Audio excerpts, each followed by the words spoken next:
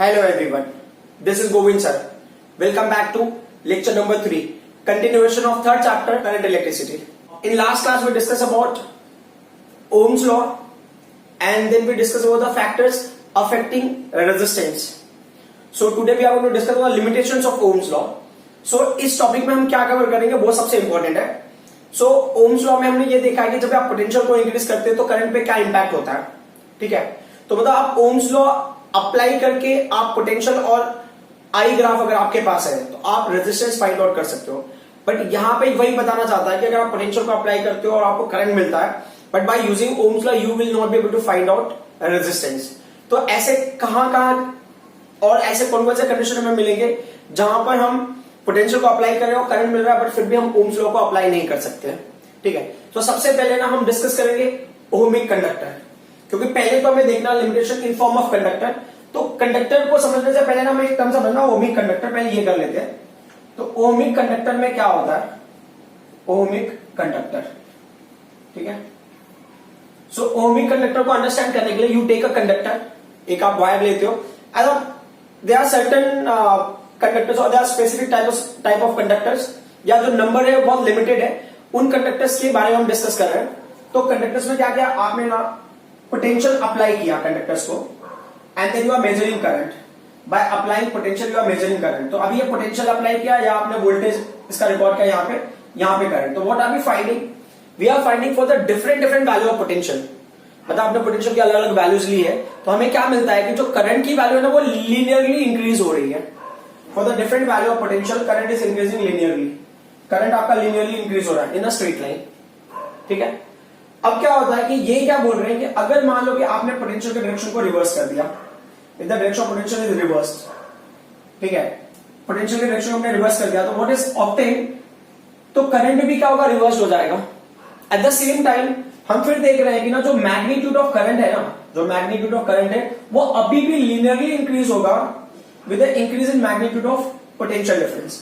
Potential difference का magnitude जैसे आप इंक्रीज करोगे वैसे ही current in terms of magnitude linearly increase होगा बट इन रिवर्स डायरेक्शन.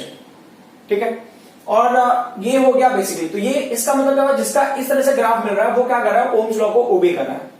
तो ओमिक कंडक्टर क्या होते हैं ना, ohmic conductor obeys Ohm's law, obeys Ohm's law. तो अब जो ओम्स लॉ को ओबे नहीं करता होगा वो क्या होगा, नॉन ओमिक कंडक्टर. ठीक है, तो अब हम आ जाते हैं पहला पॉइंट. जो लिमिटेशन में जो पहला पॉइंट है वो है नॉन ओमिक कंडक्टर. जो पहला पॉइंट है वो क्या है, नॉन ओमिक कंडक्टर. तो ये नॉन ओमिक कंडक्टर का मतलब क्या होता है कि जैसे कुछ कंडक्टर्स ऐसे होते हैं, जैसा भी हमने ग्राफ प्लॉट करना है तो यहां पे देखो ग्राफ में जनरली हमने वी मतलब आई वर्सेस वी का लिया, मतलब वाई एक्सिस पे आई लिया हुआ है और एक्स एक्सिस पे हमने वी लिया हुआ है. बट यहां पे मैं क्या कर रहा हूं, वाई एक्सिस पे वी ले रहा हूं, एक्स एक्सिस पे आई ले रहा हूं.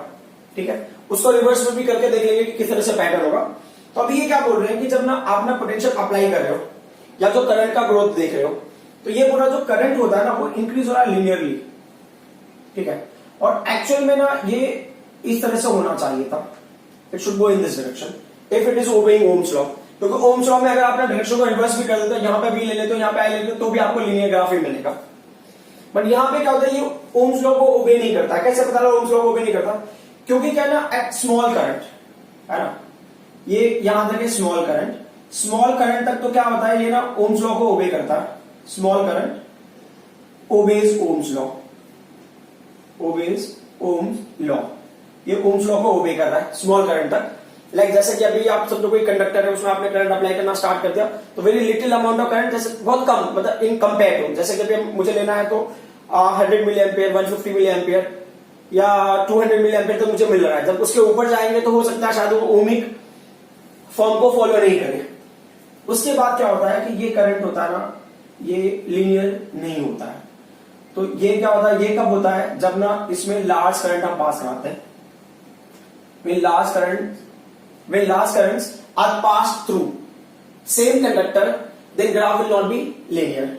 So then it becomes, यहां पे क्या होता है, does not obey या doesn't obey Ohm's law. अभी Ohm's law को obey नहीं कर रहा है तो ये क्या हो जाएगा, ये हो जाएगा नॉन ओमिक कंडक्टर. अंडरस्टूड? ये लिमिटेशन है उसका।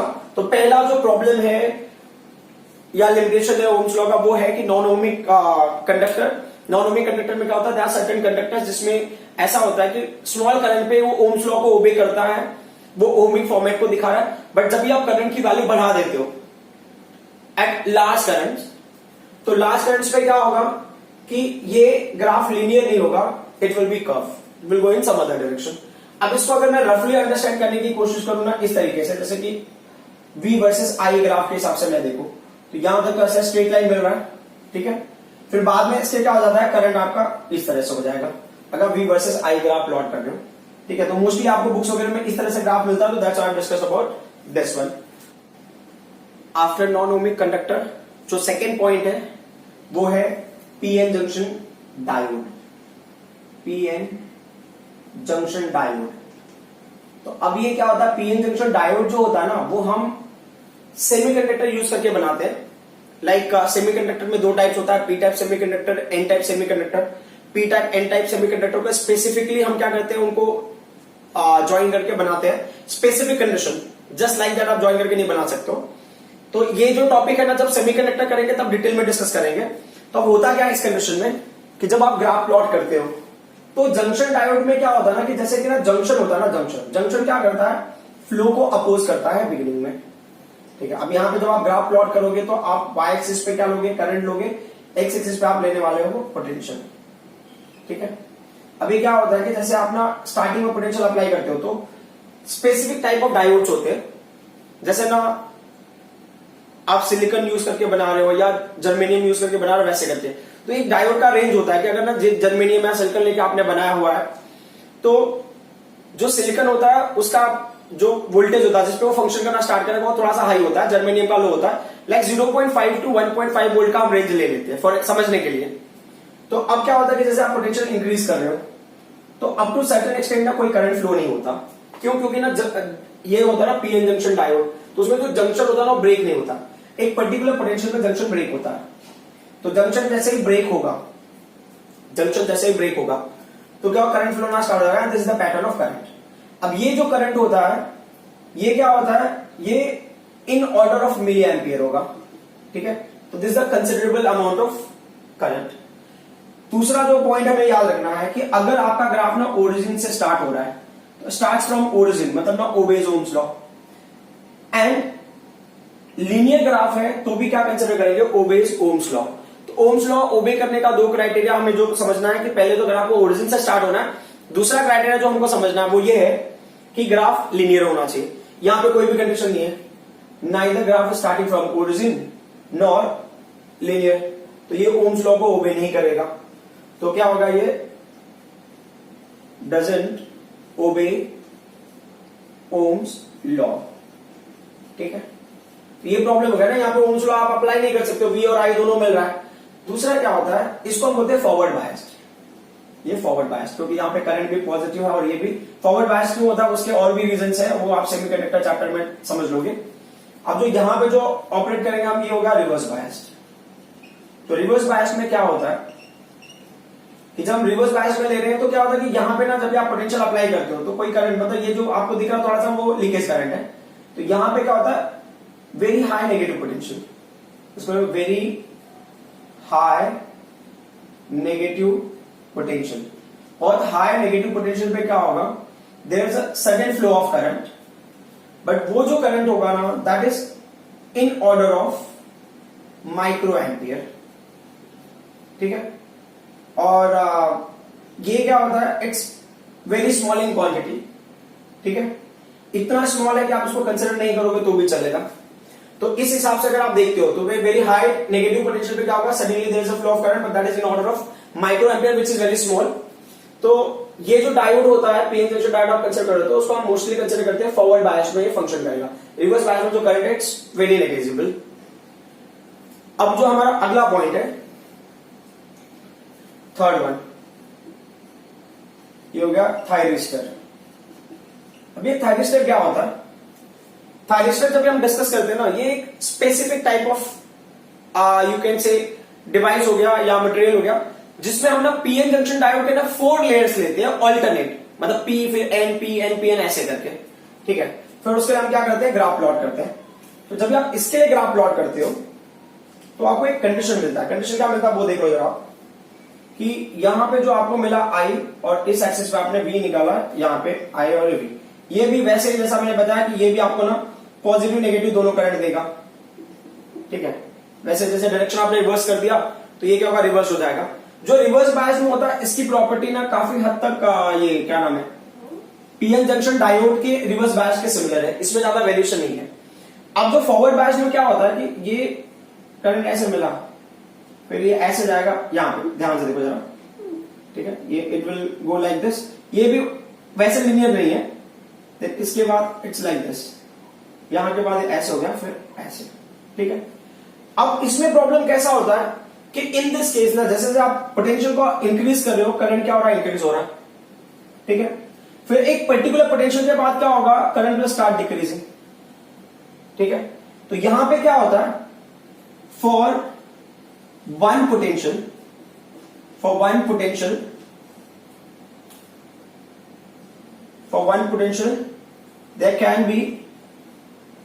there can be two or more than two currents, ठीक है। ये है थायरिस्टर की प्रॉब्लम। और आप एक चीज और देख सकते हो कि ये ग्राफ ना लिनियर नहीं है, लिनियर नहीं है तो क्या प्रॉब्लम होगा, then you can't apply Ohm's law, it will also not obey Ohm's law, ठीक है। अब जो लास्ट वाला पॉइंट है, लास्ट वाला point is again very important. वो कैसा हो गया, उसमें उस कंडीशन में आप ले रहे हो तो हम फोर्थ ले रहे हैं। फोर्थ वन क्या होगा, गैलियम, ठीक है, आर्सेनाइड। गैलियम आर्सेनाइड के लिए अगर आप ग्राफ प्लॉट कर रहे हो तो इसमें कंडीशन कुछ इस तरह से होगा, ये करंट आई होगा, ये पोटेंशियल हो गया। तो जब आप स्टार्टिंग में अप्लाई कर रहे हो तो क्या होगा, ये करंट इंक्रीज होकर मिलेगा, फिर एक पर्टिकुलर पॉइंट के बाद current will start decreasing, then थोड़ा सा अगेन पिक दिखाएगा इन दैट वे। सो ये भी क्या होगा, it will also not obey Ohm's law. तो ये है लिमिटेशंस ऑफ ओम्स लॉ की। काफी सारे डिवाइसेस है जिसमें आप ना पोटेंशियल अप्लाई कर रहे हो, there is a flow of current, but ना ओम्स लॉ लगा के आप उसका रेजिस्टेंस फाइंड आउट नहीं कर सकते। तो ऐसे केसेस में हमें ओम्स लॉ फाइंड आउट करने के लिए डिफरेंट मेथड्स अप्लाई करने पड़ते हैं, ठीक है। तो वापस मैं रिपीट करता था एक बार, ओमिक कंडक्टर अगर आप लेते हो तो क्राइटेरिया बहुत सिंपल सा है। पोटेंशियल अगर आप अप्लाई करते हो तो there is a linear increase, if you will vary the applied potential, so there is a linear increase in current which you can see in the graph, straight line होगा। दूसरा point Ohm's law के लिए क्या होता है कि अगर ये ग्राफ लीनियर है तो वो ओरिजिन से स्टार्ट होना चाहिए, अगर ओरिजिन से स्टार्ट नहीं है तो वो ओम्स लॉ नहीं है। अभी क्वेश्चन है कि ऐसा कोई ग्राफ है क्या जो ना स्ट्रेट लाइन में हो और ना ओरिजिन से नहीं हो, है ना, तो वो पॉइंट भी मुझे समझाना थोड़ा जरूरी लग रहा है। तो उसके लिए मैं क्या करता हूं, यहां पे जो ना लास्ट वाला पॉइंट, यहां पे एक और पॉइंट ले लेता हूं। ये होता है ना इलेक्ट्रोलाइट। इलेक्ट्रोलाइट के केस में क्या होता है, when you take electrolyte, so ये फर्स्ट कंडीशन ले लो, electrolytes in the sense you can take liquid, ठीक है, बेसिकली।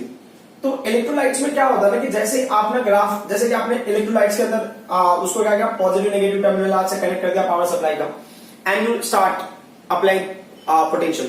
तो जब पोटेंशियल अप्लाई करते हो तो स्टार्टिंग में करंट फ्लो नहीं होता, क्योंकि जैसे आप अप्लाई करोगे ऑन द स्पॉट ना आयंस फॉर्मेशन स्टार्ट होता नहीं है, इट टेक्स टाइम। तो जैसे आपने यहाँ पे V दिया और यहाँ पे I दिया, ठीक है, तो क्या होगा आफ्टर सम पोटेंशियल। एक्चुअली एक और कॉन्सेप्ट है ना, बैक EMF एंड ऑल, हमें उतने डिटेल में नहीं जाना है, मतलब it takes time to start. ये समझ लो आप कि इलेक्ट्रोलिसिस होने के पहले क्या होता है, मतलब इलेक्ट्रोलिसिस होगा, उसके बाद आयंस फॉर्मेशन होगा, जो आयंस फॉर्मेशन के बाद जब आयंस मूव करना स्टार्ट करेंगे will behave as a current carrier, तो हमको करंट मिलना स्टार्ट होता है। तो जब तक आयंस फॉर्म नहीं हुए हैं प्रॉपरली तब तक कोई मतलब नहीं है। तो आपको ये ग्राफ मिला ऐसा स्ट्रेट लाइन। अब स्ट्रेट लाइन ग्राफ और लीनियर ग्राफ का डजंट मीन कि ये ओम्स लॉ को ओबे करता है। अब इसका प्रॉब्लम क्या है कि doesn't start from origin, doesn't start from origin। तो अगर ये ओरिजिन से स्टार्ट नहीं हो रहा है तो ये भी क्या करेगा, ओम्स लॉ को ओबे नहीं करेगा। दो इस केस में हम रेजिस्टेंस निकाल सकते हैं ओम्स लॉ वाले फॉर्मूले को अप्लाई करके, बट ये ओम्स लॉ को ओबे नहीं करा। तो this is the limitation of ohms law, ठीक है। तो जो 5 पॉइंट वो आपको याद रखना है। पहला जो पॉइंट था नॉन ओमिक कंडक्टर, जिसमें लो करंट पे आपको क्या होगा, ओम्स लॉ ओबे करता है, स्ट्रेट लाइन मिलता है, बट हायर करंट पे you will not gate linear graph, it will be curve. जो दूसरा पॉइंट था पीएन जंक्शन डायोड, जो तीसरा पॉइंट है हमारा वो हो गया thyristor, and the fourth point is the gallium arsenide, and the fifth point which is very important is electrolyte. अभी जो अगला टॉपिक है वो है करंट डेंसिटी।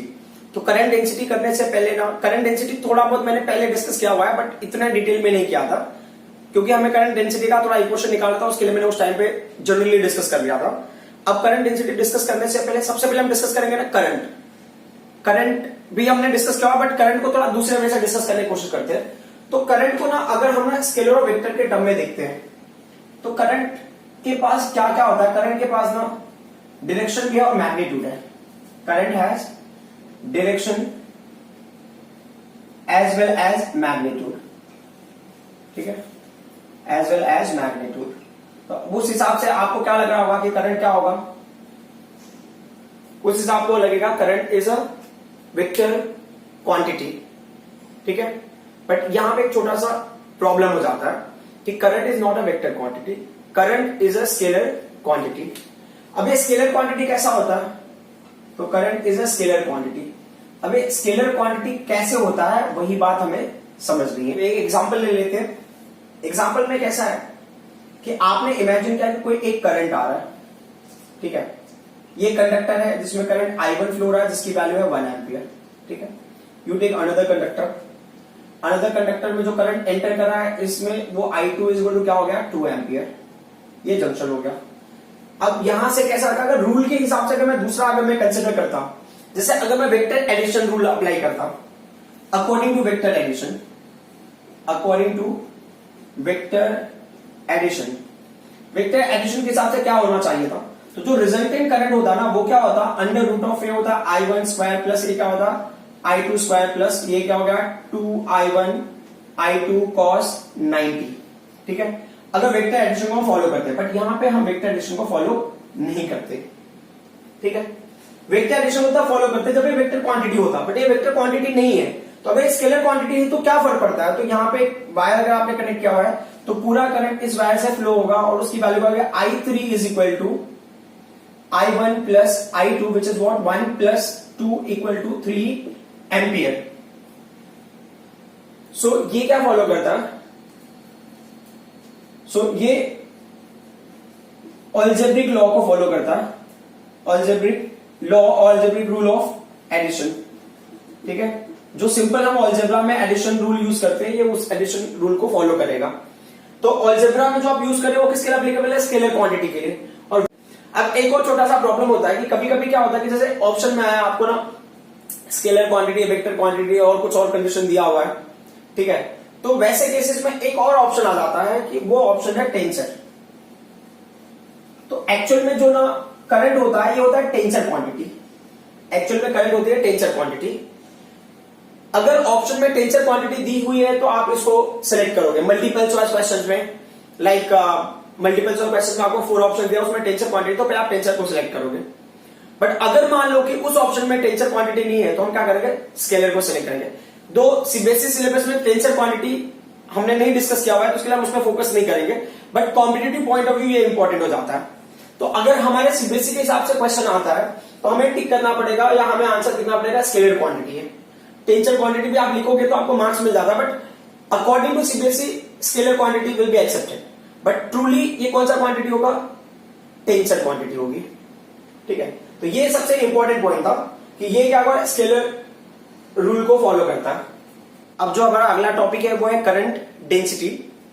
तो करंट डेंसिटी को ना अंडरस्टैंड, तो करंट डेंसिटी नोटेशन जे है equal to current upon area, उसको हम थोड़ा साइंटिफिकली एनालाइज करते हैं कि किस तरह से इसको हमें कंसिडर करना है।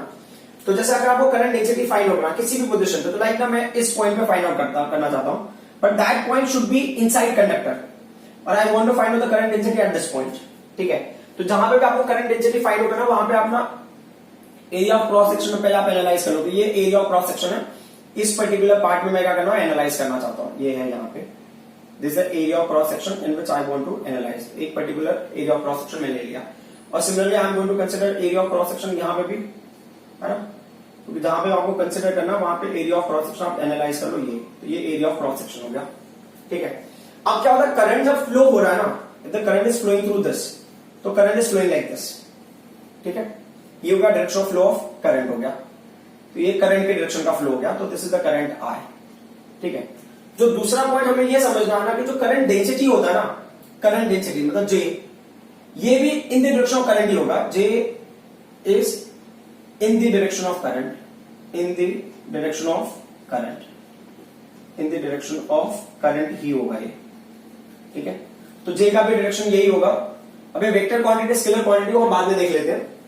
अब उसके बाद जो अगला पॉइंट है वो क्या है कि ये जो डायरेक्शन ऑफ करंट होता है ना, ये क्या होना चाहिए, it should be perpendicular to the plane of area of cross section, plane of area of cross section.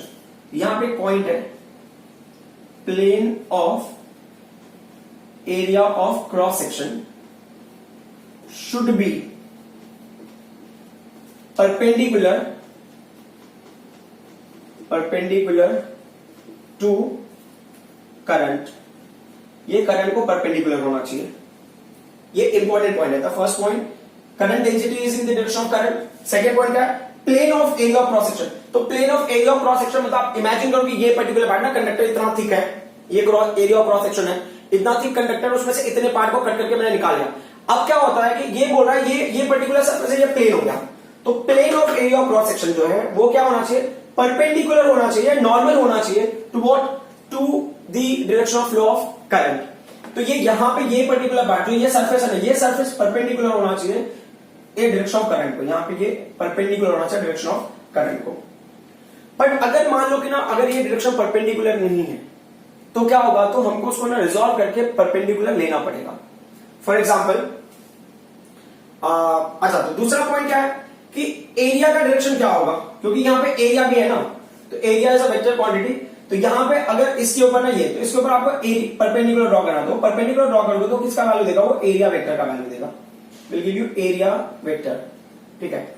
और जो एरिया वेक्टर को करंट के साथ में क्या होगा, तो अब यहां पे लिखना है area vector should be parallel और in the direction of parallel or in the direction of current।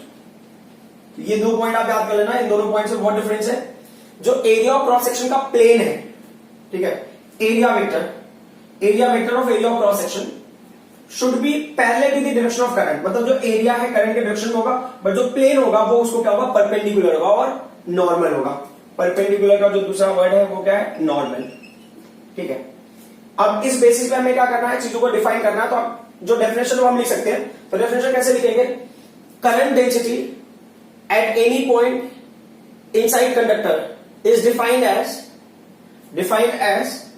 Current flowing through conductor, current flowing through a given area of cross section, given area of cross section where area of cross section is perpendicular to the direction of current. और ये उसको आप modify भी कर सकते हो, current density passing through a given point inside conductor is defined as current passing through area of cross section and area of cross section held normally to the direction of flow of current. आप दोनों में से कोई भी definition use कर सकते हो, ठीक है। अब इसको हमने थोड़ा मॉडिफाई किया, एज आई सेड की मॉडिफिकेशन में क्या करना है कि वापस आप कंडक्टर ले लो, यू टेक अ कंडक्टर हो गया, आपने यहां पे कंडक्टर ले लिया, ठीक है।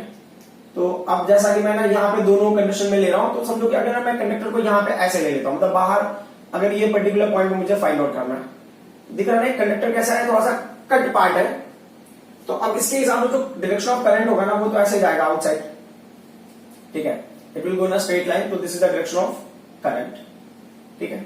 बट द प्रॉब्लम क्या है इस केस में कि जो प्लेन ऑफ एरिया है ना, प्लेन ऑफ एरिया, तो जो यहां पे, अब इसी चीज को मैं अंदर भी डिस्कस कर सकता हूं कि मान लो ऐसा ही मैंने कोई एक पर्टिकुलर पार्ट यहां पे ले लिया उसी पैटर्न में, ठीक है, तो ये पॉइंट और ये पॉइंट दोनों के लिए मैं ले रहा हूं, तो एरिया ऑफ जो क्रॉस सेक्शन होगा ना वो परपेंडिकुलर ऐसा, मतलब ये इसका एरिया वेक्टर इस डायरेक्शन में होगा, ये होगा ए वेक्टर, यहां पे भी क्या होगा, ये उसी डायरेक्शन में ये होगा ए वेक्टर, ठीक है। अब प्रॉब्लम ये है कि तभी आप करंट डेंसिटी तभी कंसिडर कर सकते हो जब एरिया वेक्टर ना पैरेलल होगा इन द डायरेक्शन ऑफ करंट, या प्लेन है ना वो परपेंडिकुलर होगा टू द करंट। तो अब इसको आपको इमेजिन करना पड़ेगा। कैसे इमेजिन करोगे? तो अब आप इसको इमेजिन करोगे तो you imagine a plane like this. आप यहाँ पे अगर एक प्लेन इमेजिन करो तो ये प्लेन आप ऐसे इमेजिन करोगे यहाँ पे। इसके लिए आप प्लेन इमेजिन करोगे तो ऐसे इमेजिन करोगे यहाँ पे प्लेन, बराबर। अब वो प्लेन के लिए जो परपेंडिकुलर कौन सा डायरेक्शन होगा? इस डायरेक्शन में होगा, जो उसका एरिया वेक्टर। और जो प्लेन है तब ये करंट को क्या होगा? परपेंडिकुलर। ये जो इमेजिनरी प्लेन है ये करंट को परपेंडिकुलर होगा, ठीक है। तो अब इमेजिनरी प्लेन का एरिया वेक्टर इस लाइन पे आएगा तो हमें क्या करना पड़ेगा? ए को रिजॉल्व करना पड़ेगा। तो ये थीटा है, या आप यहाँ पे थीटा ले लो, कोई फर्क नहीं पड़ता। मैंने डायग्राम को थोड़ा सा ये परपेंडिकुलर दिखाने के चक्कर में थोड़ा वो कर दिया, बट डायग्राम बस खाली आपको इमेजिनरी वाला और ओरिजिनल वाला एरिया ऑफ क्रॉस सेक्शन आप रिप्रेजेंट कर दो। और दोनों जगह पे दिखाने की जरूरत नहीं है, आप इनसाइड या आउटसाइड का एक जगह पे दिखा दो तो भी चलेगा। तो ये जो पर्टिकुलर पार्ट है यहाँ पे क्या आ जाएगा? ए कॉस थीटा आ जाएगा। तो ये वेक्टर को जैसे आपने कॉस से मल्टीप्लाई कर, मतलब जब ये रिजॉल्व होता तो वेक्टर नहीं होता, वो मैग्नीट्यूड में कन्वर्ट हो जाता। तो ये क्या होगा? ए कॉस थीटा और आई हो गया। तो when we are going ahead you can see the formula. फॉर्मूले में क्या हो गया? आपके पास करंट डेंसिटी, तो करंट डेंसिटी का वैल्यू जे हो गया। What is the current? Current का वैल्यू आई हो गया। And what is the area? Area, plane of area, जो इमेजिनरी प्लेन लिया है हमने, वो इमेजिनरी प्लेन परपेंडिकुलर है करंट को, प्लस इमेजिनरी प्लेन का जो एरिया वेक्टर है वो क्या है? ए कॉस थीटा है। तो उसकी वैल्यू है ए कॉस थीटा, ठीक है। अब क्या होगा? इसको हम अरेंज करेंगे तो जो आई का वैल्यू होगा वो क्या हो जाएगा? जे ए कॉस थीटा हो जाएगा, ठीक है। तो अब अगर और आगे बढ़ेंगे तो आई इज इक्वल टू क्या हो जाएगा? यहाँ पे जब कॉस थीटा है ना, इसको आप रिप्लेस करोगे तो रिमूव करोगे तो क्या होगा? जे वेक्टर डॉट ए वेक्टर। तो ये क्या होगा? डॉट प्रोडक्ट हो गया। तो देखो ये डॉट प्रोडक्ट के रूल को फॉलो कर रहा है, जहां पे करंट डेंसिटी क्या हो गया? Now current density is a vector quantity. Current density is a vector quantity, ठीक है। तो आप यहाँ पे ये डायग्राम में आप जे वेक्टर लिख सकते हो, ये डायग्राम में, ठीक है। अब तक मैंने जे वेक्टर नहीं लिखा था क्योंकि मैंने समझाया नहीं था कि वो स्केलर क्वांटिटी है वेक्टर क्वांटिटी। तो अब हमें पता चला ये वेक्टर क्वांटिटी है, जहां पे एरिया वेक्टर भी क्या है? वेक्टर क्वांटिटी है। तो जब भी दो वेक्टर को मल्टीप्लाई करते हैं और हमको ना स्केलर क्वांटिटी मिलता है तो वो क्या होगा? Dot product. तो ये रिलेशन हो गया करंट डेंसिटी के बीच का, ठीक है। तो अब यहां पे जैसे ये जनरल फॉर्मूला है, current density is equal to current upon area, ठीक है। अब हम इसको थोड़ा सा आगे प्रोसीड करते हैं। आगे प्रोसीड करने से पहले ना दो चीज आपको समझनी बहुत जरूरी है। जो पहला पॉइंट है कि करंट का फॉर्मूला दूसरे फॉर्मेट में क्या है। तो जैसे मैं ड्रिफ्ट वेलोसिटी वगैरह का, तो ये हो गया ए हो गया, एन हो गया, ई हो गया, वी सबस्क्रिप्ट डी हो गया, और न्यूली वेट, यानी दूसरा भी पैटर्न में याद किया था नीव डी, है ना, ये नीव डी। आप जैसे भी याद करना आप अपने हिसाब से देख लो। और जो दूसरा है, अगर मैं करंट डेंसिटी निकाल रहा हूं इन टर्म्स ऑफ मैग्नीट्यूड, तो करंट डेंसिटी का फॉर्मूला आई अपॉन ए। तो वैल्यू क्या मिलेगा आपको? यहां पे आपको मिला ए कैंसिल हो जाएगा, तो एन हो गया, ई हो गया, वी सबस्क्रिप्ट डी हो गया। तो ये वैल्यू हो गया करंट डेंसिटी का, ठीक है। अब इसको हमें ना थोड़ा सा और आगे एक्सटेंड करेंगे। सो अगर आपको याद होगा ना रेजिस्टेंस वगैरह के लिए हमने फॉर्मूले बनाए थे, तो टेक्निक वगैरह याद किया था हमने रेजिस्टेंस के लिए इन terms of this you can say number of electron density का जो नंबर है, ठीक है, नंबर ऑफ इलेक्ट्रॉन डेंसिटी। सो जैसे अभी आपने लिया रेजिस्टेंस के लिए हमने क्या लिया था? माई लीडर नीटा, एन स्क्वायर टाउ ए। फिर हमने रेजिस्टिविटी के लिए लिया था, रेजिस्टिविटी का क्या था? जहां पे इसकी वैल्यू पुट किया था हमने रो एल बाय ए। तो बाकी कैंसिलेशन को क्या होगा? मेडिकल एग्जाम के लिए हमें क्या चाहिए? नीट, मेडिकल एग्जाम के लिए नीट, ठीक है। सो या मेडिकल ज्वाइन करने के लिए नीट एग्जाम। अब क्या होता है? कंडक्टिविटी क्या होता है? इट्स रेसिप्रोकल ऑफ रेजिस्टिविटी, और ये पूरा इक्वेशन इनवर्स हो गया था, ये n square tau upon n, ठीक है। सो अब हम ना स्टार्ट करते हैं कि जैसे वापस से वो पार्ट को मैं फिर से लिख देता हूं। मुझे एक्चुअली क्या करना है? मुझे ना करंट डेंसिटी का वैल्यू निकालना इन टर्म्स ऑफ इलेक्ट्रिक फील्ड, मतलब इलेक्ट्रिक फील्ड से मुझे रिलेट करना है, जहां पे कंडक्टिविटी और रेजिस्टिविटी दोनों का वैल्यू होना चाहिए, ठीक है, वेक्टर फॉर्म में। या ये क्या हो गया? यहां पे ये हो गया, एक और होता है डिड्यूस या डिराइव ले लो, डिराइव बेटर होगा, derive Ohm's law in vector form, Ohm's law in vector form, ठीक है। अब आपको शायद ना ओम्स लॉ वैसा दिखेगा नहीं। हाँ, एक और पॉइंट जो मुझे बताना बहुत जरूरी है कि जो हमने ना ओम्स लॉ डिस्कस किया है, तो ओम्स लॉ, ये पॉइंट आपके लिए इंपॉर्टेंट है, Ohm's law is not a fundamental law of nature. Fundamental law of nature, fundamental law of nature. ये पॉइंट बहुत ही इंपॉर्टेंट है कि जो हमने ओम्स लॉ डिस्कस किया ना, वो फंडामेंटल लॉ नहीं है, मतलब बेसिक लॉ नहीं है। जैसे ना सारे लॉज उसके ऊपर डिपेंडेंट नहीं है, इस लॉ को हमने किसी लॉ से निकाला हुआ है। जैसे फंडामेंटल लॉ होगा तो दैट्स अ फर्स्ट लॉ, उस लॉ के ऊपर बाकी चीजें बेस्ड है। जैसे आप न्यूटन्स लॉज वगैरह लोगे तो फंडामेंटल लॉज हो सकते हैं, बट ये फंडामेंटल लॉ नहीं है। ये लॉ हमने किसी और लॉ से निकाला, ये कोई सिंप्लीफाइड वर्जन जिसको हम यूज कर रहे हैं अपने बेनिफिट के हिसाब से। तो वैसे अगर मैंने यहाँ पे क्वेश्चन है derive Ohm's law in vector form, तो पहला जो कंडीशन है, अभी वेक्टर फॉर्म वाला आपने पहले कभी नहीं देखा, it will be completely new for you all. तो अगर हमने करंट का वैल्यू जो लिखा है I इज इक्वल टू क्या हो गया, अ न्यूली वेड, ठीक है। फिर ये क्वेश्चन नंबर 1, तो आपको क्या मिला, J is equal to I upon A। अभी आप बोलोगे कि ये चीज हमने वेक्टर फॉर्म में क्यों लिख रहे हैं, अभी मैं लिखूंगा थोड़ी देर में बाद। तो ये J का वैल्यू क्या हो जाएगा, A N E V subscript D upon आपने A ले लिया कैंसिलेशन, तो J का वैल्यू आपको मिल गया न्यूली वेड, ठीक है। ये होगा क्वेश्चन नंबर 3। अच्छा, ये equation in form of vector, so in form of vector या इन वेक्टर फॉर्म, तो ये क्या हो जाएगा, current density vector is equal to ये n हो गया, e हो गया। आपको पता होगा drip velocity is also vector, अगर आपको ड्रिप वेलोसिटी का डेरिवेशन याद होगा तो इसको आप ले लो इक्वेशन नंबर 4। अब क्या होता है, ड्रिप वेलोसिटी का फॉर्मूला क्या है, ठीक है। तो ड्रिप वेलोसिटी का फॉर्मूला जो हमको पता है, ड्रिप वेलोसिटी के फॉर्मूले के लिए हमने क्या लिया था, टीम। तो टाउ कैपिटल ई स्मॉल ई, यहां पे इलेक्ट्रिक फील्ड वेक्टर, और ये m हो गया। अब आप बोलोगे यहां पे माइनस साइन ले लो, माइनस साइन की रिक्वायरमेंट वहां पे बस इतनी थी कि जो ड्रिप वेलोसिटी और इलेक्ट्रिक फील्ड है वो अपोजिट डायरेक्शन में जा रहे हैं, हमें उससे मतलब नहीं है। यहां पे हम यहां पे वैल्यूज पुट कर देते हैं। तो हमने क्या किया, यहां पे J वेक्टर लिया इज इक्वल टू ये n हो गया, ये E हो गया, then E capital E vector A tau upon m हो गया, ठीक है। अब इसमें हमने कुछ वैल्यूज को अरेंज किया, J vector is equal to n e square tau upon m को एक साथ में रखा हमने, n e square tau upon m, और ये क्या हुआ, कैपिटल E वेक्टर। अगर आप बहुत डीपली एनालाइज करते हो, यहां पे ये वैल्यू जो मैंने लिखी है कौन सी वैल्यू के इक्वल है, तो नीट अपॉन m, तो ये क्या हो जाएगा, J vector is equal to electric field vector into sigma. Sigma यहां पे क्या है, सिग्मा को हम बोलते हैं कंडक्टिविटी, ठीक है। और रो इज व्हाट, रेजिस्टिविटी।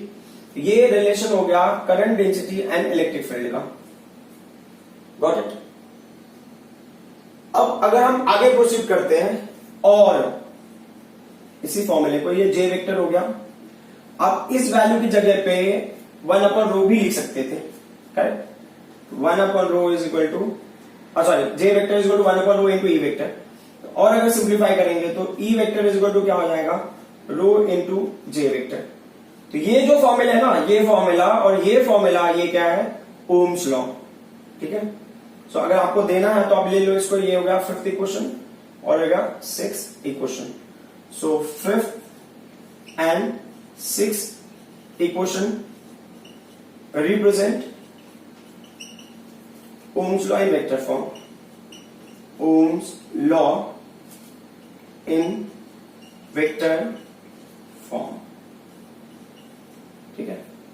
तो ये फॉर्मूला आपके लिए कंप्लीटली नया होगा क्योंकि इसके पहले आपने इन फॉर्मूले को कभी डिस्कस नहीं किया है, but you need to understand these values very clearly, तभी आप डेरिवेशन कर पाओगे, otherwise will be very difficult. As you can see, इस वैल्यू को रिप्लेस करके मैंने सिग्मा पुट किया है और इस वैल्यू को रिप्लेस करके मैंने 1 अपॉन रो पुट किया है। Sigma is the conductivity and rho is what, resistivity. Now we will discuss about carbon resistor. So carbon resistor discuss करने से पहले कुछ चीजें हमें डिस्कस करनी है, वो हमने पहले किया हुआ है, ठीक है, बट फिर भी एक बार फिर से उसको रिपीट कर लेंगे। कार्बन रेजिस्टर, ठीक है। तो एक होता है ना, हमें ग्राफ स्टडी करना है रेजिस्टिविटी और रेजिस्टेंस का graph with respect to temperature. 2 conditions के लिए हम ले रहे हैं। पहला है मेटल्स और कंडक्टर्स, आप कंसिडर कर लो, मेटल्स और कंडक्टर्स, ठीक है। जो दूसरा कंडीशन है वो किसके लिए है, कंडक्टर्स, और जो दूसरा कंडीशन है वो किसके लिए, अलॉय के लिए, तो अलॉय में हमने ऑलरेडी लिया हुआ है क्या, नाइक्रोम लिया हुआ था हमने, मैंगनी लिया हुआ था, फिर और क्या लिया था, कॉन्स्टेंटन लिया था हमने, ठीक है। तो जो भी हमने परसेंटेज वगैरह भी डिस्कस किए थे कि क्या क्या ये कंपोनेंट होगा उसका। तो मेटल्स के लिए जब हम ग्राफ प्लॉट करते हैं ना, तो यहाँ पे दो चीजें हैं। लास्ट टाइम मैंने दोनों चीज नहीं एक ही चीज डिस्कस किया था, तो अब यहाँ पे दोनों कर लेते हैं। सो जैसे कि यहाँ पे क्या होगा, आपने रेजिस्टेंस, ये दोनों मेटल के लिए ही है। तो अब क्राइटेरिया क्या होता है ना कि बहुत ध्यान से अगर आप देखो तो ये रेजिस्टेंस है और रेजिस्टिविटी है, ये हमने ले लिया टेम्परेचर, यहाँ पे भी रेजिस्टेंस और रेजिस्टिविटी, और ये हमने ले लिया टेम्परेचर, ठीक है। ये मेटल के केस में क्या होता है कि जैसे जैसे आप टेम्परेचर को इंक्रीज करते हो, टेम्परेचर जैसे इंक्रीज करते हो, ये इंक्रीज होता रहता है, बट अराउंड 500 केल्विन, मतलब मोस्ट ऑफ मेटल के केस में और कंडक्टर के केस में अराउंड 500 केल्विन, और डिग्री सेल्सियस में लोगे तो 227 degree Celsius. Around this what happens ना, ये ग्राफ अब लीनियर नहीं होता है, it is linear up to 500 kelvin, उसके बाद ग्राफ क्या हो जाता है, नॉन लीनियर हो जाता है, ठीक है। ये मोस्ट ऑफ मेटल्स के लिए। लेकिन अगर आप ऐसा कोई मेटल्स लेते हो, जैसे ना एल्यूमिनियम ले लिया आपने, कॉपर ले लिया है, तो ऐसे मेटल्स में क्या होता है कि जो ग्राफ होता है ना आपका स्टार्टिंग से ही नॉन लीनियर होता है। The graph is non linear in beginning only. ये तो आफ्टर सम टाइम के बाद उस फॉर्मेट को फॉलो करेगा। जो फॉर्मेट यहाँ पे 500 केल्विन के बाद मिलता है, यहाँ पे लो टेम्परेचर पे आपको मिलना स्टार्ट हो जाएगा, एट लो टेम्परेचर, ठीक है। At low temperature only you will start getting the same pattern at low temperature. तो इसमें क्या होता है कि with respect to temperature there is a variation in resistance and resistivity, मतलब टेम्परेचर बढ़ेगा तो रेजिस्टेंस और रेजिस्टिविटी बढ़ेगा। तो ये जो यहाँ पे ये पर्टिकुलर पॉइंट है ना, ये पॉइंट को अगर आप लेते हो तो ये हमने मान लो कि 0 डिग्री सेल्सियस ले लिया हमने, ठीक है, 0 डिग्री सेल्सियस लिया, और थोड़ा आगे जाते हो तो रूम टेम्परेचर अगर हम लेते हैं तो 25 डिग्री सेल्सियस। 25 डिग्री सेल्सियस का मतलब कितना हो गया, तो 273 अगर आप ऐड कर देते हो ना, तो 273 प्लस 25 तो कितना होगा, ये 8 हो गया, 9 हो गया, 298 केल्विन। तो ये अराउंड 298 केल्विन। ये पॉइंट बहुत इंपॉर्टेंट है जब हम ना अलॉय में डिस्कस करेंगे, क्योंकि यही पॉइंट होता है जिससे हमें पता चलता है ना कि मेटल है या अलॉय है। ये तो अराउंड रूम टेम्परेचर पे जब भी आप ना दोनों ग्राफ को स्टडी करते हो तो हम डिफरेंशिएट कर पाते हैं कि हम अलॉय देख रहे हैं या हम मेटल देख रहे हैं, ठीक है। तो ये जो टेम्परेचर जो आपने ग्राफ बनाया ना, ये फ्यू डिग्री सेल्सियस, मतलब आप 0 degree Celsius to up to certain kelvin आप कंसीडर कर सकते हो, बट 500 केल्विन पे क्या होता है, ये ग्राफ नॉन लीनियर हो जाता है। तो जनरली हम ग्राफ ही प्लॉट करते हैं एट रूम टेम्परेचर के आसपास, क्योंकि हमारे लिए तो हम ग्राफ प्लॉट करेंगे, जैसे नॉर्मली भी आप ग्राफ प्लॉट कर रहे हो तो आप जो भी टेम्परेचर होगा रूम टेम्परेचर मान के चलोगे। तो यहाँ पे कहां से मिलता है, रूम टेम्परेचर से मिलता है, कोई फर्क नहीं पड़ता। यहाँ हमने 0 ले लिया, 25 ले लो, कोई फर्क नहीं पड़ेगा यहाँ पे। अब अगर हम अलॉय में आ जाते हैं तो अलॉय के केस में क्या होता है, अलॉय के केस में ना देखो, अब अगर आपने लिया तो यहाँ पे आप इमेजिन करो कि ये वापस से टेम्परेचर होगा, ये रेजिस्टेंस हो गया और रेजिस्टिविटी हो गया। तो रूम टेम्परेचर पे भी रेजिस्टिविटी जो अलॉय की होती है ना बहुत हाई होती है। जैसे यहाँ पे ना बहुत लो है, या तो 0 हो गया तो लो होगा, वैसा आप इमेजिन करो। बट रेजिस्टिविटी जो इसका होता है ना, ये बहुत हाई होता है, और आपको जो ग्राफ मिलता है ना वो ऑलमोस्ट कांस्टेंट टाइप मिलता है, ठीक है। तो यहां पे देखो, तो क्वेश्चन में एक होता है कि ना how do we differentiate alloy and metal, तो दोनों के ग्राफ ना ऑलमोस्ट सिमिलर है, दोनों में क्या होगा, इंक्रीज होगा, बट यहां पे इंक्रीज क्या होगा ना, ये बहुत ही मिनिमम है ना। We don't appreciate this increase. तो आप ऐसे बोल सकते हो कि इस कंडीशन में तो जो R and rho are unaffected due to increase in temperature, ठीक है। तो टेम्परेचर इंक्रीज है क्योंकि ये जो ग्रोथ होगा ना बहुत कम होगा। और अगर मेटल और अलॉय में हम डिफरेंशिएट करते हैं तो आपको ऐसे डिफरेंशिएट करना है कि जैसे ही आप ना टेम्परेचर को वेरी करके फाइंड आउट करने की कोशिश करते हो अराउंड रूम टेम्परेचर अगर आप लेते हो, जब very close to room temperature like 25 degree Celsius, तो जो मेटल की रेजिस्टिविटी होगी that is very low, but alloy का resistivity will be very high. Resistivity room temperature बहुत हाई है तो आपको समझ लेना है कि वो अलॉय है। तो अलॉय में क्या होता है कि अलॉय में अगर आप ना रेजिस्टिविटी और रेजिस्टेंस देखते हो तो is unaffected due to increase in temperature. It's not like completely unaffected, there is a variation, very little variation, there is a variation but that will be very little. तो अब यहां पे क्या होगा कि अगर मैं ना बहुत ध्यान से अगर देखता हूं तो जो रेजिस्टेंस का फॉर्मूला है, रेजिस्टेंस का फॉर्मूला अगर आप इसको वायर के फॉर्म में कन्वर्ट कर दो तो R is equal to rho into L by A। अब यहाँ पे क्या होता है, जब हम एक्सपेरिमेंट करते हैं ना, मीटर बेस्ड एक्सपेरिमेंट करते हैं या पोटेंशियोमीटर करते हैं, जो हम इस चैप्टर में डिस्कस करेंगे, तो वहां पे प्रॉब्लम ये होता है कि अगर आपको हायर रेजिस्टेंस चाहिए तो हायर रेजिस्टेंस के लिए you need to have a large length, और इनको क्या करते हैं ना, हम ना फोल्ड करते हैं किसी एक particular you can say system पे, जिसकी वजह से हमें क्या मिलता है, रेजिस्टेंस मिलता है। लाइक आपने प्रैक्टिकल अगर करोगे तो you will come to know कि एक हम वुडन फ्रेम होता है या नॉन कंडक्टिंग फ्रेम होता है, उसके ऊपर हम वायर को क्या करते हैं, ये wires are basically put on that one in cylindrical format. तो वो क्या होता है, जितना ज्यादा आपने कॉइलिंग करी है उतना ज्यादा आपको रेजिस्टेंस मिलेगा, बट ना length of wire will be very large. So practically आपको बहुत ज्यादा रेजिस्टेंस चाहिए तो इस मेथड से ऑप्टेन करना बहुत डिफिकल्ट है। तो और एक और चीज होता है ना कि जैसे कि अगर हमने करंट फाइंड आउट करना, जैसे कि ओम्स लॉ के हिसाब से तो I is equal to V upon R। तो अब प्रॉब्लम है कि मुझे इस पे क्यों फोकस करना, why are we not using conductor. तो कंडक्टर में क्या होता है कि जैसे कंडक्टर पे करंट फ्लो हो रहा है, करंट फ्लो होता रहेगा तो प्रॉब्लम ये होता है कि एक पर्टिकुलर पॉइंट पे आके ना मतलब रेजिस्टेंस इतना हाई हो जाता है, क्योंकि करंट फ्लो होगा। तो एक फॉर्मूला होता है ना, ये फॉर्मूला आपने देखा होगा, H is equal to I square R T, H is equal to I square R T. इस फॉर्मूले को अगर आप नोटिस करोगे तो यहाँ पे ये हमने 10th में किया हुआ है, बट ये अभी यूज कर लेते हैं। तो करंट अगर आपका कांस्टेंट है फॉर एग्जांपल, और रेजिस्टेंस भी आपका फिक्स है, तो टाइम बढ़ने के साथ में क्या होगा, हीट एनर्जी क्या होगा, बढ़ेगा। अगर हीट एनर्जी बढ़ेगा तो टेम्परेचर बढ़ा, टेम्परेचर बढ़ेगा तो क्या होगा, रेजिस्टेंस और रेजिस्टिविटी बढ़ेगी, रेजिस्टेंस और रेजिस्टिविटी बढ़ेगा। इसका मतलब क्या होगा कि जो करंट फ्लो होगा वो क्या होगा, कम होता जाएगा। ऐसी भी पॉसिबिलिटी है कि जो करंट फ्लो है ना वो जीरो भी हो जाए, क्योंकि resistance is very close to infinity comparatively अगर लेंगे तो, या करंट की वैल्यू इतनी कम होगी कि आपका डिवाइस ही फंक्शन नहीं कर रहा। तो मतलब हम इस कंडीशन को तो कंसिडर नहीं कर सकते। तो अब हमें ना ऐसा कोई डिवाइस यूज करना पड़ेगा, जैसे रेजिस्टेंस के यूज करें to oppose the flow of current, कहीं पे करंट हमें कम चाहिए तो हमने ना वायर लगा दिया करंट को कम करने के लिए या to control the current, but ये वायर क्या करेगा, हमें फाइनली ट्रबल में डाल देगा। तो अब हम क्या करते हैं, उसकी जगह हमने क्या यूज किया, अलॉय यूज किया।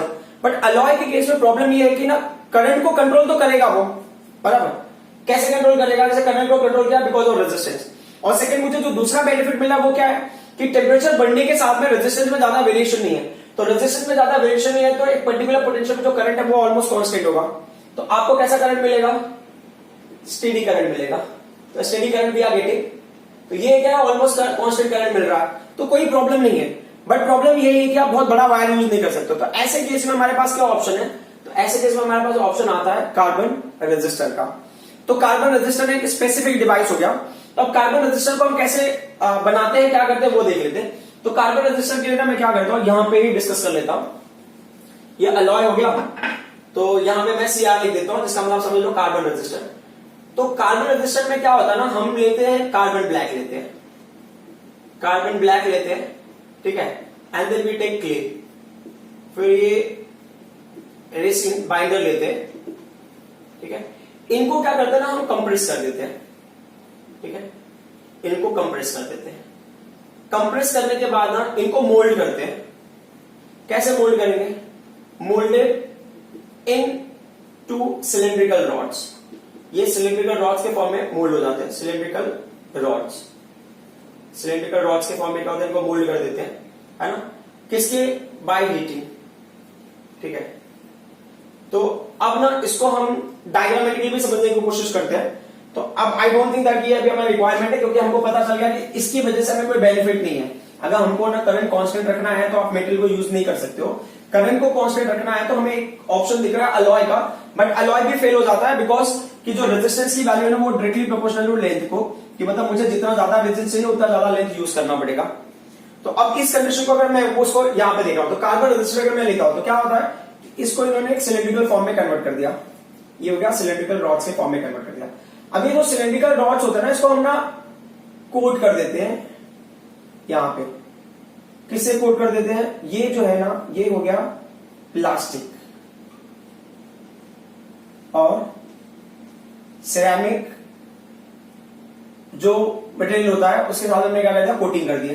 तो कोटेड विथ प्लास्टिक और सिरेमिक। और उसके बाद क्या होता है, कंडक्टिंग वायर के थ्रू, कॉपर का वायर होगा, इसको ये लीड जो होगा, ये दिस लीड, ये कंडक्टिंग वायर होगा, like you can take copper, you can take aluminium, जो भी होगा, फिर आप ये कार्बन रेजिस्टर बना लेते हो। तो ये कार्बन रेजिस्टर का बेनिफिट क्या है, तो सबसे पहला पॉइंट है कार्बन रेजिस्टेंस का ये क्या होता है ना, ये कार्बन रेजिस्टेंस या कार्बन रेजिस्टर, ये क्या होता है, इसका रेंज जो होता है ना, रेंज, इसका जो रेंज होता है ये फ्यू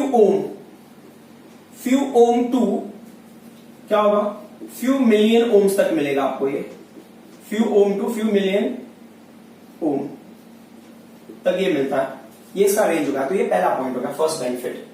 सेकेंड बेनिफिट क्या होता है, ये ना चीप होता है and compact, cheap and compact. तो चीप एंड कॉम्पैक्ट, चीप तो सबसे इंपॉर्टेंट पॉइंट है कि अगर आप कार्बन रजिस्टर को खरीदने जाते हो तो आपको ना 5-6 रुपीज में भी सफिशिएंट नंबर में मिल जाएगा। और दूसरा पॉइंट क्या है कि कॉम्पैक्ट मतलब ना ये हार्ड है, तो जिसकी वजह से इसके डैमेज होने के चांसेस भी थोड़े कम हो जाते हैं।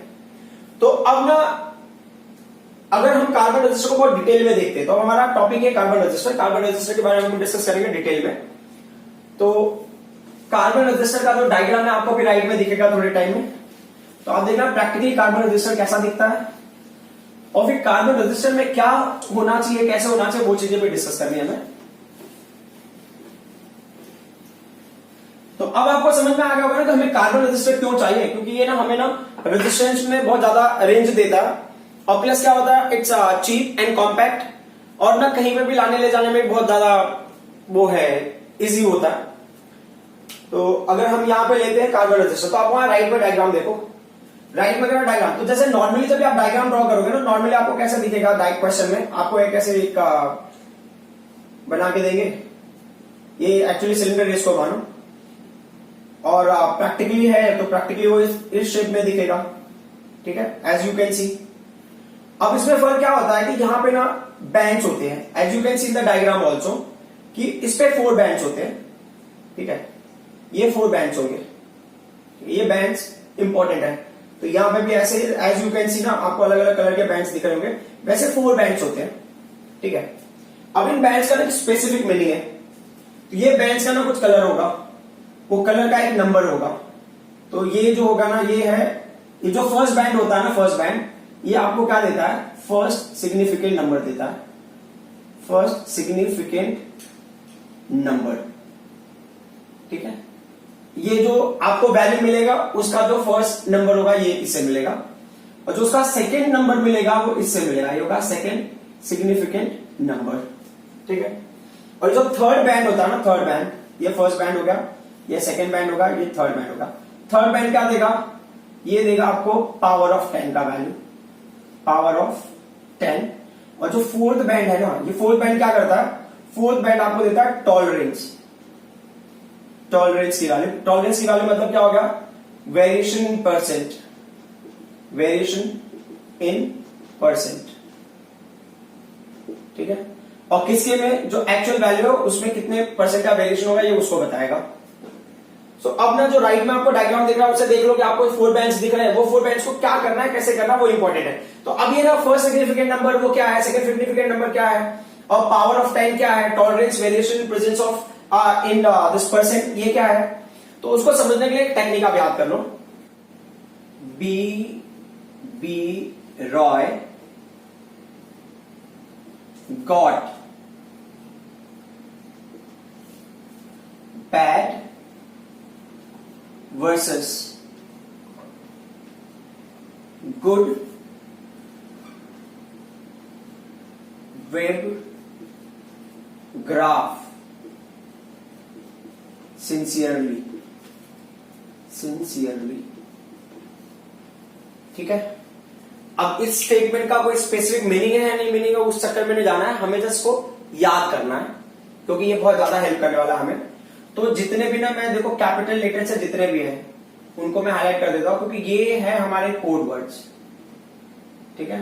कैपिटल जी, यहां पे ये पूरे बी फिर आर ओ वाई ये ऑल आएंगे, यहां पे सिर्फ फर्स्ट लेटर आएगा इसके बाद वाले में, ठीक है। सब में जो फर्स्ट लेटर है वो लेना है हमको। अब कैसे लेना है, क्या लेना है वो देख लेते हैं। सो अब यहां पे हमने लिया है बी, देन अगेन बी फिर रॉय आर ओ वाई, ठीक है।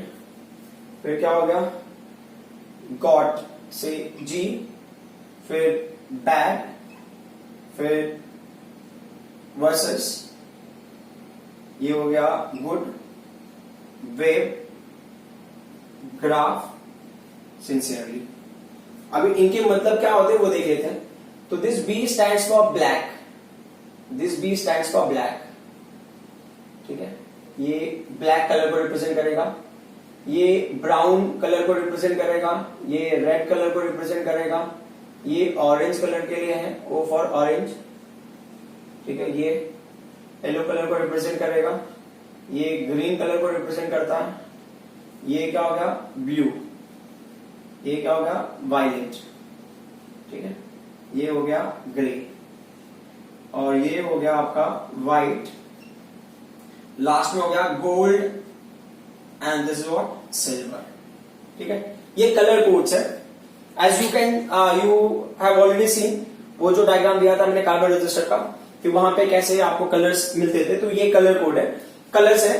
तो इनके कोड अभी देख रहे हैं। तो जो ब्राउन होता है ना, ब्राउन का colour code is 0, sorry black का कलर कोड इज 0, ब्राउन का 1, रेड का 2, ठीक है, फिर ऑरेंज का 3, येलो का 4, ग्रीन का 5, सीधे ऑर्डर में लिखते जाना, ब्लू का 6, वायलेट का 7, ग्रे का 8 और व्हाइट का क्या हो गया 9 हो गया। तो जो गोल्ड होगा, गोल्ड और सिल्वर ये स्पेसिफिक कंडीशन है, ठीक है। तो गोल्ड एंड सिल्वर होता है ना, यहां पे गोल्ड के लिए होगा ±5%, ठीक है, और एक होगा ±10%, ठीक है। तो ये 5% 10% क्या है? सो ±5% ये होता है टॉलरेंस, ये टॉलरेंस है, यही देगा आपको परसेंटेज वेरिएशन, तो ये टॉलरेंस की वैल्यू देगा। बट क्या होता है ना कि ये जो गोल्ड और सिल्वर होते हैं ना, ये ऑलवेज फोर्थ बैंड होते हैं, ये ऑलवेज फोर्थ बैंड होते हैं, फोर्थ बैंड, ठीक है। सो एक और चीज होता है कि if fourth band is not given, if fourth band not given, अगर फोर्थ बैंड नहीं दिया है तो क्या होगा, सिर्फ फर्स्ट सेकंड थर्ड बैंड ही दिया हुआ है, फोर्थ बैंड नहीं दिया, तो अगर फोर्थ बैंड नहीं दिया है तो कोई टेंशन नहीं है, उसके लिए टॉलरेंस की वैल्यू ±20% होगा। ये पॉइंट आपको याद रखना है। सो अब हमें क्या करना है, इनको समझना है प्रैक्टिकली कि ये किस तरह से काम करते हैं, ठीक है। तो हम क्या करते हैं, एक कार्बन रजिस्टर लेते हैं और उसके साथ में कैलकुलेट करने की कोशिश करेंगे। तो कार्बन रजिस्टर में एक्चुअली ना यहां पे ले लेता हूं, ठीक है। ये जो पॉइंट है टेक्निक, ये आपने समझ लिया रहेगा अभी, ठीक है। मैं इसको रब कर देता हूं। तो कंडीशन क्या है, थोड़ा कैलकुलेशन के लिए हमें जगह मिल जाएगा। तो ये आपने ले लिया है, कार्बन रजिस्टर है आपका, ठीक है। मैं थोड़ा सा बड़ा डायग्राम से ले रहा हूं सो दैट कि अंडरस्टैंडिंग में कोई डिफिकल्टी नहीं हो हमें। तो ये फर्स्ट बैंड आपने ले लिया यहाँ पे, ये सेकेंड बैंड हो गया, ये थर्ड बैंड हो गया, और यहाँ पे ये फोर्थ बैंड है, ठीक है। अब देखो अभी इतने सेपरेटेड नहीं है, जो समझने के हिसाब से मैं ले रहा हूं। तो यहाँ पे जो पहला बैंड है ना, फर्स्ट बैंड को आप ले लो। ये कौन सा फर्स्ट बैंड है, ये आप येलो कलर ले लिया आपने, ठीक है।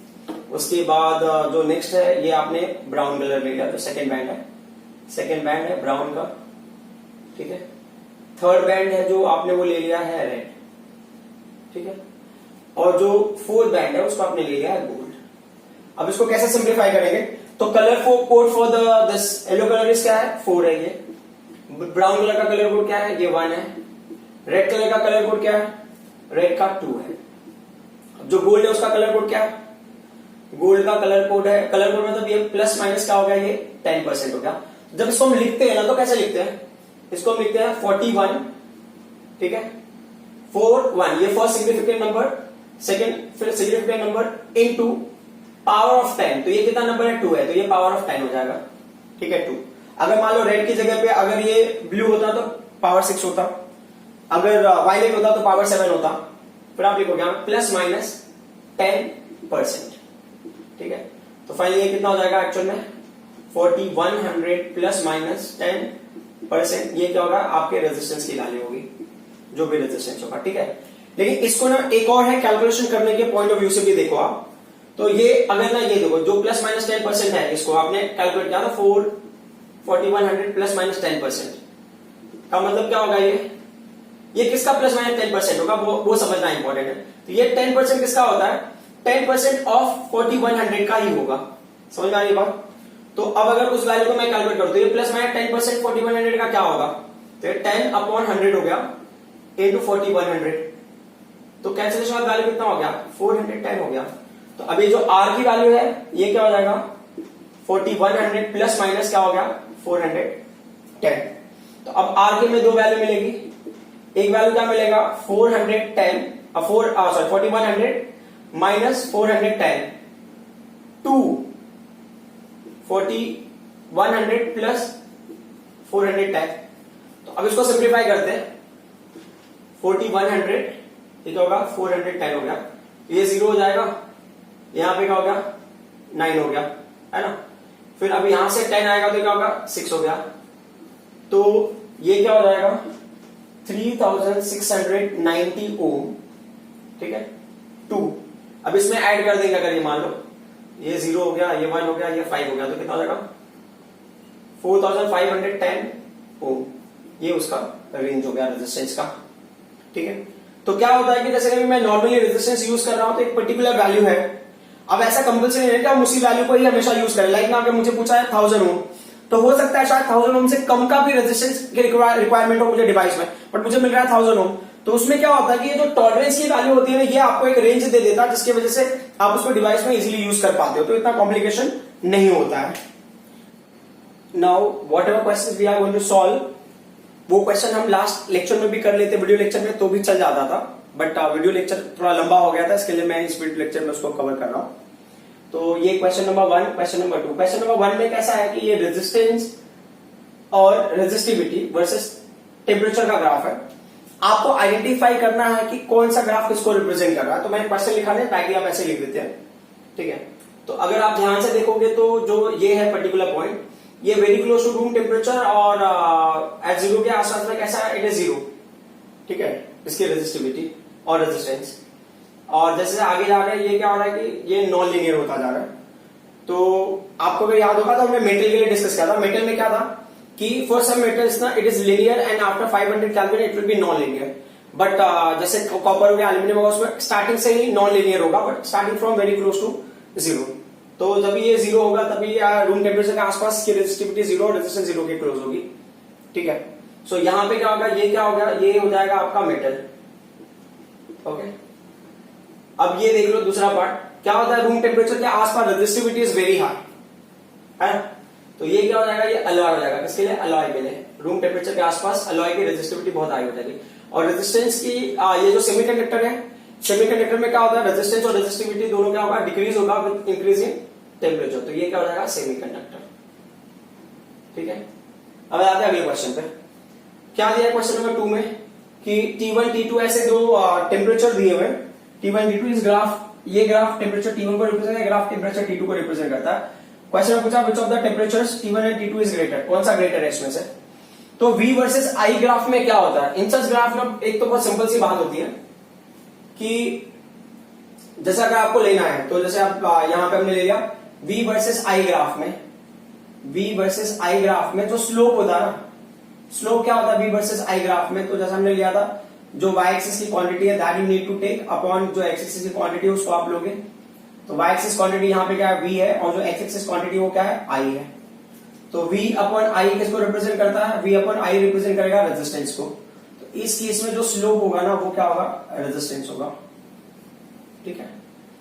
तो अब अगर इस हिसाब से मैं देखूं तो जैसे कि अगर ना दो स्लोप है इस केस में, तो एक जो स्लोप है जो बिगर स्लोप है, तो मतलब अगर मैंने ले लिया यहाँ पे रेजिस्टेंस R1 ले लिया, मतलब T1 ले लिया, और रेजिस्टेंस R2, तो जो R1 होगा ना वो ग्रेटर होगा R2 के कंपेयर में। ऐसा मैंने कोई इमेजिनरी ले लिया कि मतलब ये ग्राफ पे R1 होगा और जो दूसरा ग्राफ है उस पर R2 होगा, ठीक है, स्लोप के हिसाब से। और दूसरा पॉइंट जो आपको बताना है वो क्या है कि जो रेजिस्टेंस होते हैं ना वो डायरेक्टली प्रोपोर्शनल किसको होते हैं, टेम्परेचर को। तो आप ऐसे भी लिख सकते थे, एक पॉइंट और लिख लो, बेटर होगा कि इसमें दो स्लोप हो गया, तो आप अपने हिसाब से पॉइंट ले लो, तो इसमें जो स्लोप 1 होगा मतलब जो T1 को रिप्रेजेंट करता है, ठीक है, और जो स्लोप 2 है वो किसको रिप्रेजेंट कर रहा है, T2 को रिप्रेजेंट कर रहा है, ठीक है। तो उस हिसाब से क्या होगा, तो स्लोप 1 ग्रेटर होगा स्लोप 2 के कंपेयर में, मतलब कि स्लोप 1 का रेजिस्टेंस ग्रेटर होगा स्लोप 2 के कंपेयर में। और जो यहां पर हमने क्या है, रेजिस्टेंस और टेम्परेचर का डायरेक्टली प्रोपोर्शनल है, इसका मतलब क्या होगा, temperature 1 will be greater than temperature 2। मैंने इस क्वेश्चन को थोड़ा सा मैं फ्लिप करना चाहता हूं, फ्लिप इन द सेंस ना यहाँ पे V की जगह मैं I ले लेता हूं और यहाँ पे क्या लेता हूं, V ले लेता हूं, तो क्या फर्क पड़ेगा। How are we going to solve, तो कंडीशन वही है, वेरी सिंपल। यहां पे क्या करना है आपको, आई अपॉन बी हो जाएगा, ये ग्राफ हो जाएगा आई वर्सेस बी, ठीक है।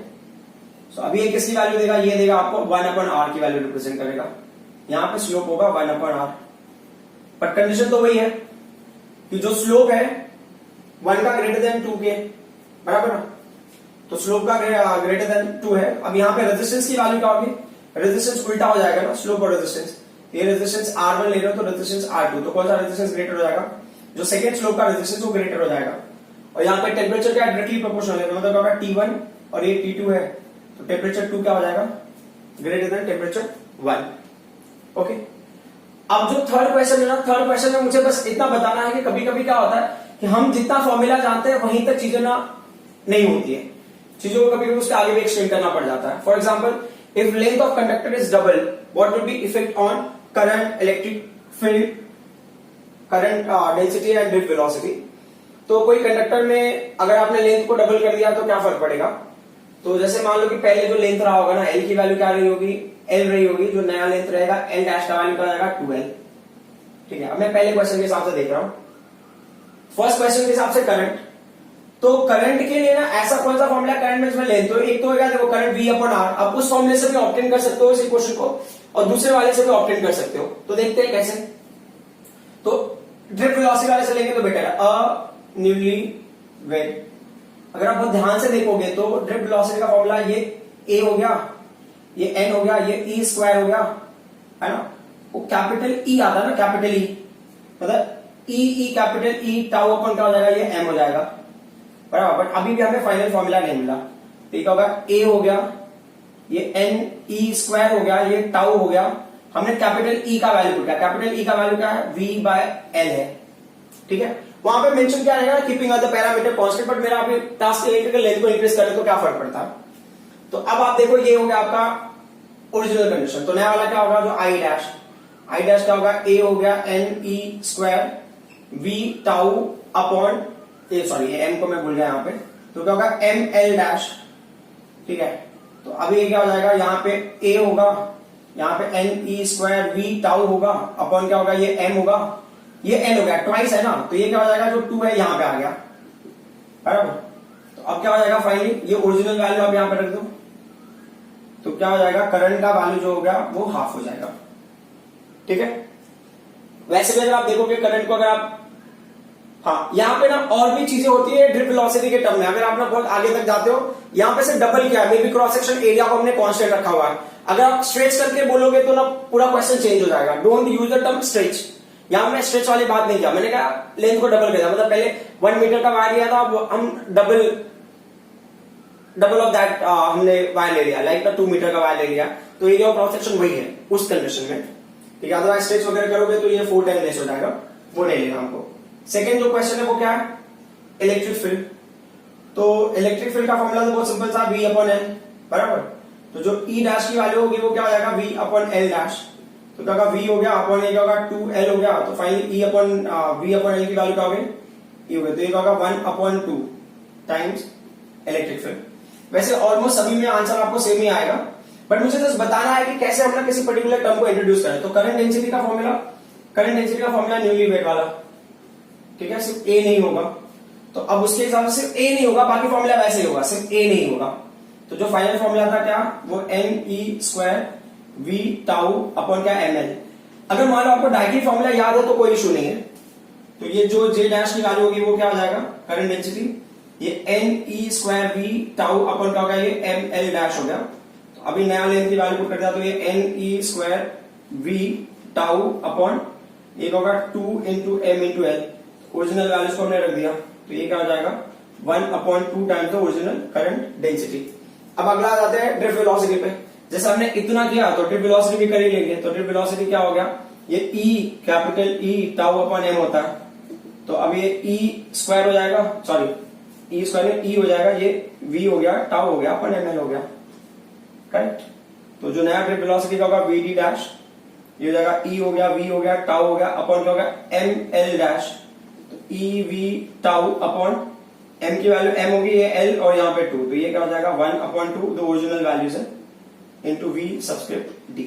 तो जो ओरिजिनल ड्रिफ्ट वेलोसिटी का क्या हो जाएगा, हाफ हो जाएगा। तो ये सारे क्वेश्चन एक्चुअली मुझे लास्ट वीडियो लेक्चर में कर लेना था, बट वीडियो लेक्चर लंबा होने की वजह से मैं इस वीडियो में कर रहा हूं उसको। आई होप जो चीजें आज हमने डिस्कस किया वो सारी चीजें आपको समझ में आई होंगी।